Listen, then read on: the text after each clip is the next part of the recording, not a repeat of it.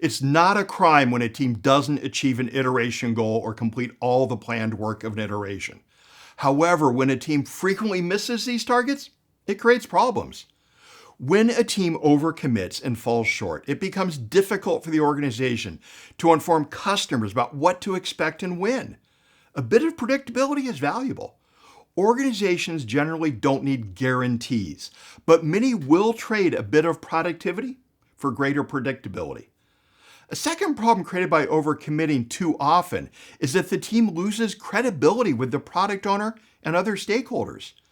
A team that consistently says, "We'll have that to you by such and such a date," and then consistently delivers is in a powerful position. At some point, every team is asked or told, "Can you add this feature by that date?" A team with a reputation for delivering what it promises is much more credible when it informs its stakeholders that something cannot be done on time.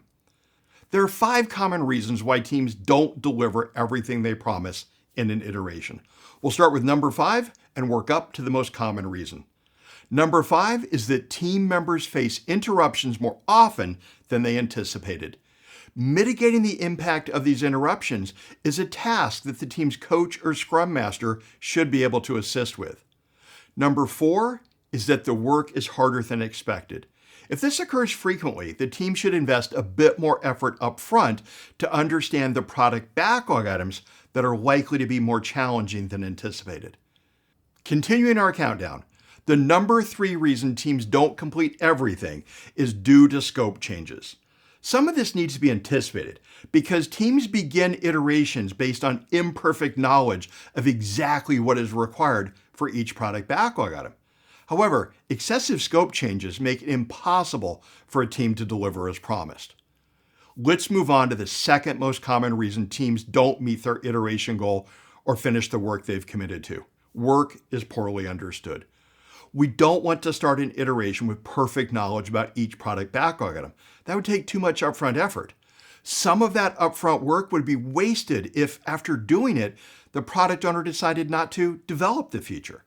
So while we'd like teams to start iterations with some open issues, beginning an iteration with too much uncertainty can lead to unpleasant surprises. Those unpleasant surprises will often cause a team not to complete everything.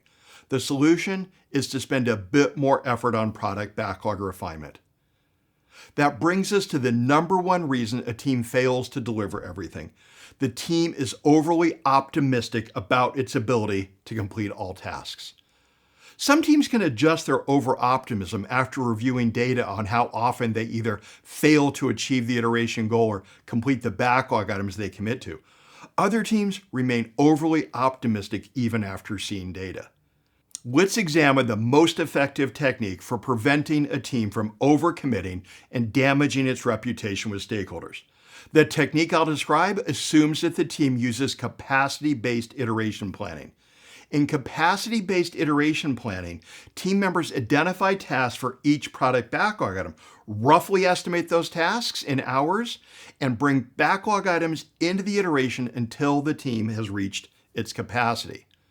This burn-down chart illustrates a team that has completed a capacity-driven iteration planning meeting and intends to complete 360 hours of work in a 2-week iteration. Things start well enough, but by the end of the iteration, there were still 50 hours of work remaining.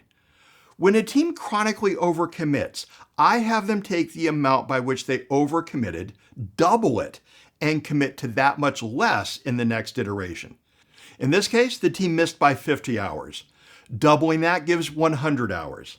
Since the team committed to 360 hours and missed by 50, it should commit to 100 fewer hours in the next iteration. I recommend doubling the amount the team reduces its commitment by for 2 reasons. First, there's a chance the team missed more than it appears. Someone may have rushed or become a little sloppy. You want to ensure that doesn't happen again. Second, since overcommitting is such a bad habit, you need to ensure it doesn't occur again in the next iteration. When a team reduces what it commits to by double the amount by which they missed, it's unlikely they'll miss a second time in a row. A fair number of teams will bristle at this advice. Doubling the number seems extreme to them, and they're probably right. I agree with them that an iteration reduced by that much should be easy to complete successfully. But that's the point. If partway through the iteration the team realizes it has the capacity to bring in additional items, that's great. I'd much rather the team pull a product backlog item into the iteration than drop one.